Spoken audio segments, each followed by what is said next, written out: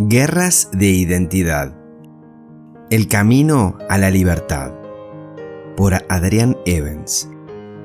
Sección 1. Los dos reinos. La identidad perdida. Capítulo 6. Infierno en la tierra.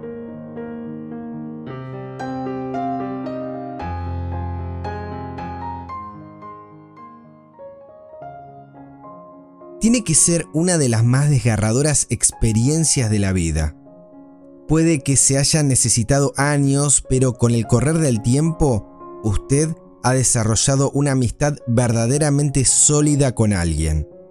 Alguien en cuya compañía usted ha llegado verdaderamente a disfrutar el paso del tiempo. De pronto, usted nota que su amigo está actuando de un modo un poco extraño. Usted trata de disimular y se dice a sí mismo que está imaginando cosas y que aquello no tiene importancia. Pero la evidencia sigue aumentando con el paso del tiempo. Y por fin, usted se siente compelido a preguntar a su amigo qué está sucediendo. Después de pasar lo que parece una eternidad tratando de cruzar el muro evidente, usted descubre que alguien más ha estado influyendo en él contra usted, lo cual le ha llevado a él a interpretar las acciones suyas de un modo que le ha dejado a usted asombrado. Ciertamente, la razón prevalecerá y usted podrá resolver rápidamente el malentendido, pero no es así. Al tratar de dar una explicación razonable, usted es acusado sin tapujos de tratar de fabricar una coartada. En este punto, cualquiera de varias emociones puede sobrecogerle a usted. Sentirse herido, dolido, furioso o hasta devastado de que su amigo pueda haberle creído tan fácilmente a otra persona sin decirle a usted ni una palabra, menos defenderle a usted. Su estallido o su silencio, lo que se aplique, es para su amigo una señal de que ellos tenían razón y que todo lo que se dijo de usted era cierto. Hablemos de añadir insulto a la herida. Quizás mientras usted leía estos dos últimos párrafos haya asomado a la superficie un doloroso recuerdo cuando confirma la realidad de este escenario que se ha repetido una y otra vez aquí en la Tierra casi desde el comienzo de los tiempos. Incluso mientras escribo y recuerdo un incidente así conmigo mismo, me detengo y me pregunto nuevamente, ¿por qué? Estoy seguro de que la mayoría de nosotros tiene cicatrices de formas similares de rechazo, y creo que ellas pueden ayudarnos un poco a entender cómo se sintió Dios en el momento después de que Adán y Eva comieron del fruto del árbol del conocimiento. Es uno de los grandes misterios de la vida que las palabras de un desconocido puedan separar a los mejores amigos. A menudo me he imaginado a Dios observando de cerca a su hija Eva mientras ella se encontraba en medio del jardín y repentinamente entró en un diálogo con un desconocido.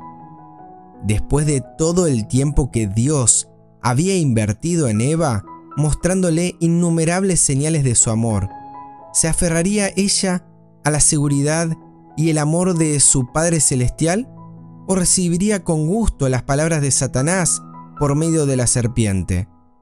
¿Por qué no intervino Dios y envió un ángel para que detuviera la separación de su relación? Creo que hay muchas preguntas y porqués que contestar en este punto. Pero, aunque no tenemos ni el tiempo ni el espacio para explicarlas todas, ciertamente algunas de ellas no podrán ser contestadas plenamente, sino hasta que le veamos a él cara a cara. La respuesta central es el amor. El amor concede el privilegio de decidir aunque la elección dañe seriamente al que la hace. Si Dios tuviera la costumbre de intervenir cada vez que sus hijos estuvieran a punto de dirigirse en la dirección equivocada, entonces, en realidad ellos no tendrían poder de elección en absoluto. Hay tiempo para la instrucción y la corrección, pero también llega un momento en que el silencio del que da el poder de elección valida todos los te amo que ha pronunciado, porque amor sin poder de elección no es amor en lo absoluto. Esta es una realidad con la que luchan todos los padres mientras tratan con sus hijos. Si después de nuestras instrucciones y direcciones, nuestros hijos todavía deciden oponerse a nosotros, ¿les prohibimos ahorrarse el dolor del rechazo? ¿Guardamos silencio y lo sufrimos, dejando que ellos elijan rechazarnos? Una difícil decisión para cualquier padre o madre. Dios, revestido de la fortaleza del amor, observa en silencio a Eva, su preciosa hija, convertirse en instrumento para destruir a su amado hijo Adán. Pero ahora, el grado de dolor en el corazón de Dios debe ser increíble. ¿El dolor en el corazón de Dios por la pérdida de su hija le hará intervenir para salvar a Adán? No.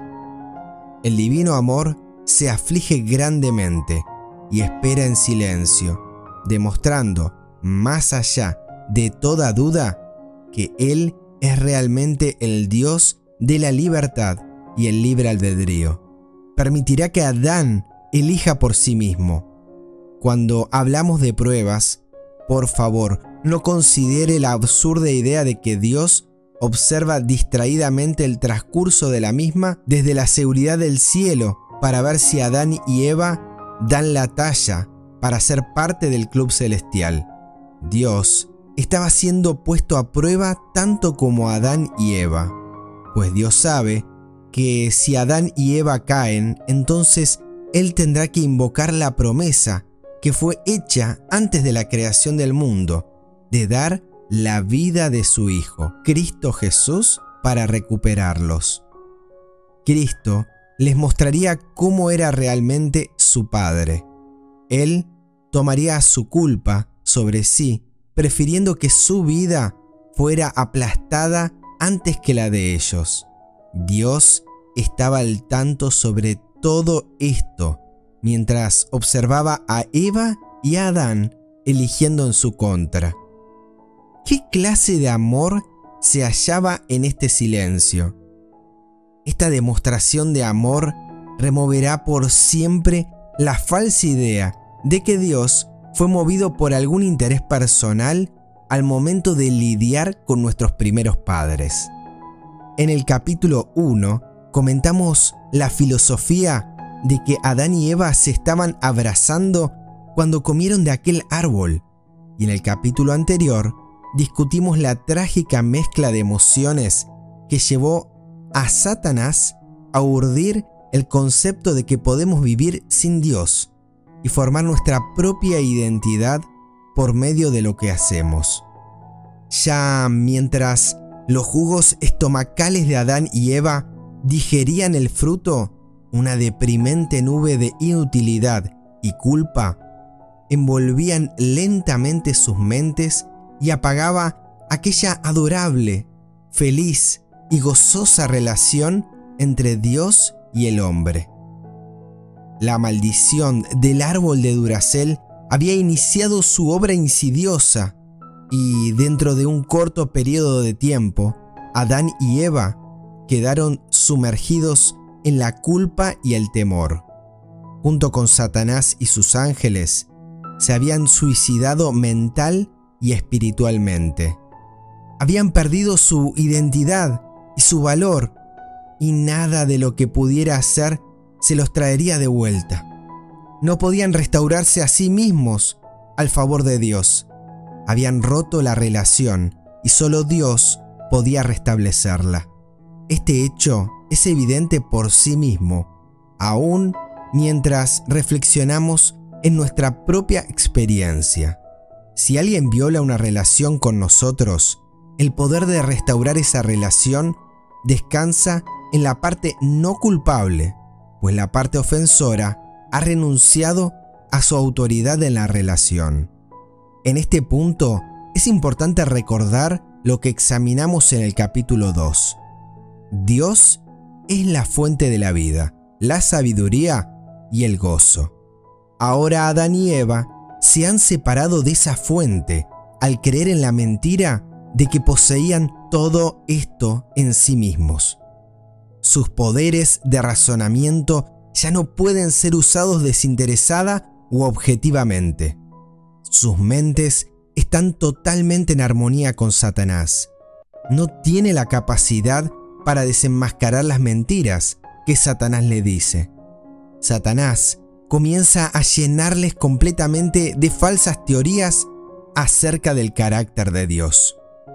Al mismo tiempo, Satanás les dice a Adán y a Eva que ellos son malos. Les dice que merecen morir y que son individuos sin valor. Satanás está decidido a destruir nuestro sentido de identidad y lo hace diciéndonos mentiras acerca de Dios y de nosotros mismos. Mientras creamos las mentiras acerca de Dios y nosotros, jamás podremos reconciliarnos con Dios. La única forma de ser restaurados en nuestra relación con Dios es realmente conocer su carácter tal como se revela en su Hijo. El desconocido ha separado a los mejores amigos. Dios llega de visita y llama a Adán y a Eva, pero la voz que una vez consideraron la más dulce del universo, ahora les hace esconderse llenos de temor y desesperación. El programa de Satanás ha hecho su obra. Imagínese llegar a su casa del trabajo un día, esperando gozosamente el feliz ritual que ha desarrollado con su hijo. Todas las tardes, su hijo sale corriendo por la puerta del frente cantando «Papito, papito», y luego se arroja en sus brazos con un tierno abrazo. Cuando usted se acerca a la casa, ve que su amado hijo no ha salido a saludarle. Perplejo, entra por la puerta del frente y escucha un alarido de terror acompañado por el ruido de pequeños pies que corren hacia el jardín para esconderse. Algo ha roto la relación. Donde había amor, ahora hay temor. Ningún padre verdadero disfruta viendo a sus hijos alejarse corriendo al oír el invitador sonido de su voz. Hace daño. Es una tragedia que el pecado pueda hacernos temer a la persona más amorosa, generosa, paciente y amante de la libertad en el universo. Dios se encuentra en un dilema muy grave. ¿Cómo se acercará a ellos ahora que escuchan otra voz? Cada una de las palabras que Dios pronuncia es ahora interpretada en una luz malvada. Adán y Eva saben que son culpables, pero ahora no tienen ni la seguridad ni el valor de aceptar que están errados al haber aceptado ideas erróneas acerca de Dios, quien es la fuente de la vida y sabiduría.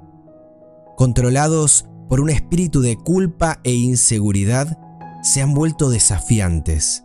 Han perdido el poder de razonar con honestidad. Me asombra el amor que Dios mostró en su paciencia.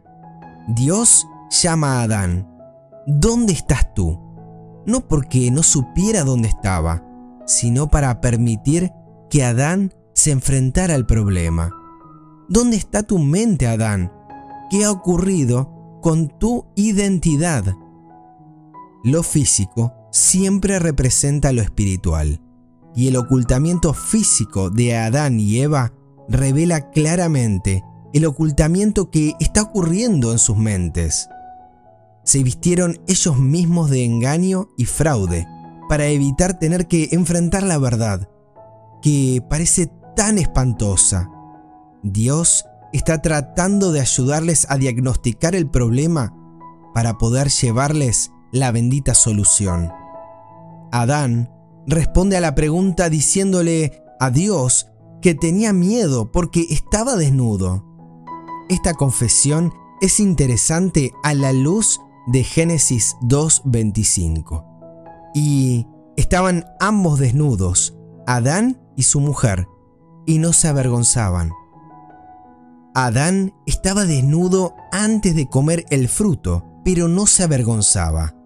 La inferencia aquí es que Adán ahora tiene vergüenza. La palabra hebrea bush también significa confuso, aturdido y decepcionado. Adán estaba lleno de confusión, culpa y decepción. Estaba confuso en cuanto a quién era y se sentía culpable acerca de lo que había hecho. Ahora Dios se propone señalar la intensidad del dolor de Adán.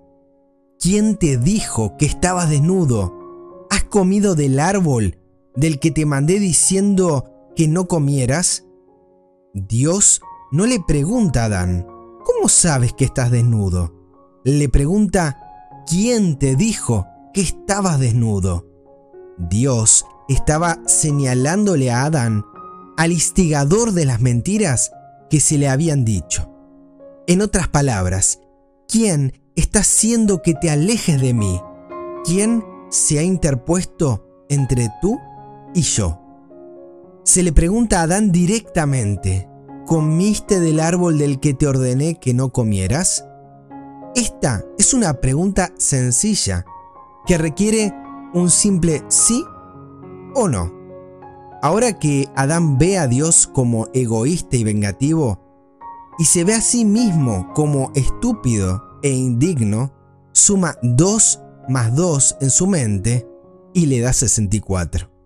Adán cree que si dice que sí, va a ser severamente castigado porque ahora cree falsamente que Dios es vengativo. Si dice que no, él cree que será castigado doblemente por comer del árbol y por mentir. Creyendo que no hay salida, Adán busca defenderse y justificarse. La mujer que me diste me dio del árbol y comí, dijo acusando. El hombre, evidentemente culpable, les echa la culpa a Eva y principalmente a Dios. ¿Puede usted imaginarse el impacto que causó en Eva el hecho de que este hombre, que solo hacía poco había prometido enfrentar junto con ella cualquier cosa que viniera, en la primera dificultad cae al suelo? ¿Cuán largo es? El pecado no puede producir una figura heroica que desinteresadamente se dé a sí mismo para ayudar y sostener a otros. Siempre resulta en que cada uno se valga por sí mismo. No queremos pasar por alto el proceso que está ocurriendo aquí. Las reacciones de Adán están siendo causadas por su culpa e inseguridad, combinados con un falso concepto del carácter de Dios, todo ello revuelto con una gran porción de orgullo. Ahora que ya no se ve a sí mismo como hijo de Dios, tiene que abrazar la filosofía de si no me defiendo por mí mismo, nadie más lo hará por mí. Piensa esto porque cree que ya no tiene un padre. He aquí la gran angustia del pecado. ¿Cómo le muestra Dios a Adán que éste tiene un falso concepto de su padre y que él mismo, Adán, no es indigno ni estúpido? ¿Cómo puede dársele a Adán una correcta evaluación de su situación cuando ha perdido la capacidad de razonar objetivamente? Dios es la única fuente de la verdadera sabiduría y Adán se ha desconectado de esa fuente. Y aunque Adán sí razona, ¿cómo podría su razón librarse de la mezcla de culpa y orgullo que ferozmente rechaza todo lo que se parezca a la verdad? Adán no puede enfrentarse con el hecho de que Dios le está diciendo que está errado, aunque esto se haga por amor a él mismo, porque su inseguridad controla su razón. Es mi sincera oración que usted vea que una vez que Adán y Eva se hubieron separado de Dios, quedaron tan irremisiblemente perdidos que casi no había esperanza de que fuesen recuperados. Estaban totalmente controlados por el espíritu de Satanás. En sus corazones había las semillas que con el tiempo llevarían a sus hijos a unirse a los ángeles malos en un desesperado compañerismo, decididos a matar al Hijo de Dios en Jerusalén. Aunque ello no era plenamente manifiesto, sus corazones no querían tener nada que ver con Dios ni con su reino. Sin darse cuenta, en realidad le odiaban. En este punto, usted se sentiría inclinado a pensar: espere, usted está llevando las cosas un poco demasiado lejos. Me doy cuenta de que ellos tenían un problema, pero decir que odiaban a Dios totalmente es exagerar las cosas. En respuesta, yo diría que tenemos que recordar constantemente que toda bondad y todo amor y toda sabiduría proceden de Dios. No se originan en el corazón de los seres humanos. Si olvidamos este punto vital, no podemos leer este relato con apego a la verdad, y además no entenderemos la Biblia con apego a la verdad. La Biblia es muy clara en este punto. Mire los siguientes versículos. Porque la mente carnal es enemistad contra Dios, porque no se sujeta a la ley de Dios, ni tampoco puede. Romanos 8:7. No hay justo ni aun uno, no hay quien entienda, no hay quien busque a Dios. Todos se desviaron del camino, a una se hicieron inútiles. No hay quien haga lo bueno, no hay ni siquiera uno. Romanos 3, 10 al 12. La Biblia declara que nuestras mentes, en su estado natural, odian a Dios o están en guerra con Él. En su estado natural, nuestras mentes son rebeldes, no se someten a las órdenes de Dios, y les es imposible zafarse de esta condición. En mi propia experiencia, y en la de muchas personas con las que he compartido, he descubierto un intenso espíritu de resistencia sobre esta verdad. Este espíritu de resistencia al hecho de que la naturaleza humana es totalmente odiosa hacia Dios es un eco directo de la resistencia que Adán manifestó hacia Dios cuando acusó a Eva y a Dios antes que aceptar la responsabilidad de su falla. La inseguridad de Adán es nuestra herencia y no podemos soportar la verdad más de lo que él lo hizo. Si usted siente resistencia a esta verdad, entonces pregúntese por qué se siente así. Si usted está seguro de sí mismo, entonces estas afirmaciones no le concernirían en absoluto. La inseguridad y las vaciedades de Adán son nuestra herencia. Esto es todo lo que puede darnos, nada más. Si usted puede aceptar la realidad de que la naturaleza humana es hostil hacia Dios, entonces recibirá un verdadero banquete.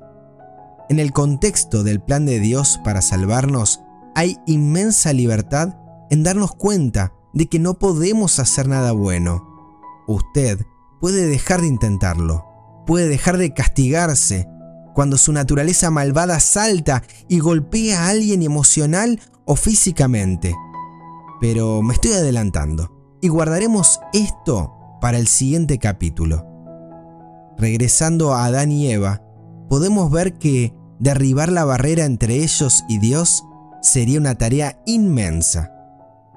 Su recuperación y la de sus hijos requería varias cosas. 1. Un medio de dar a la raza humana la sabiduría para que reconozca su desesperada situación, junto con una forma de influenciar en la dirección correcta sin violar su libertad de elección. 2.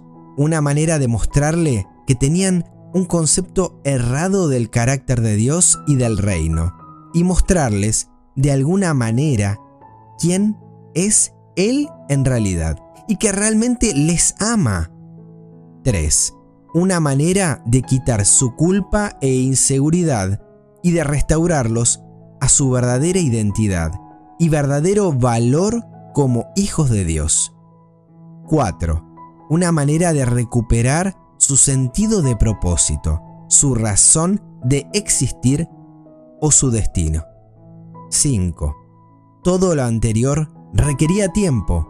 Adán y Eva habían perdido sus propias vidas, así que necesitaban un sistema de sustentación vital que les diera tiempo para elegir y decidir. 6. Mientras hacía todo esto, Dios debía mantener un sentido de justicia. No puede ignorar la rebelión de ellos y decir que está bien, mientras Dios, en su misericordia, no permite que la consecuencia completa de su elección caiga sobre ellos. Adán y Eva deben comprender el resultado de su elección para que puedan comenzar a entender el error que cometieron. Hay un punto crucial que hay que subrayar aquí. Dios no fue tomado por sorpresa. El Padre y el Hijo ya habían decidido lo que harían si llegaban a este punto. El plan ya estaba en su lugar. Un plan lo suficientemente amplio para hacer frente a esta desesperada situación.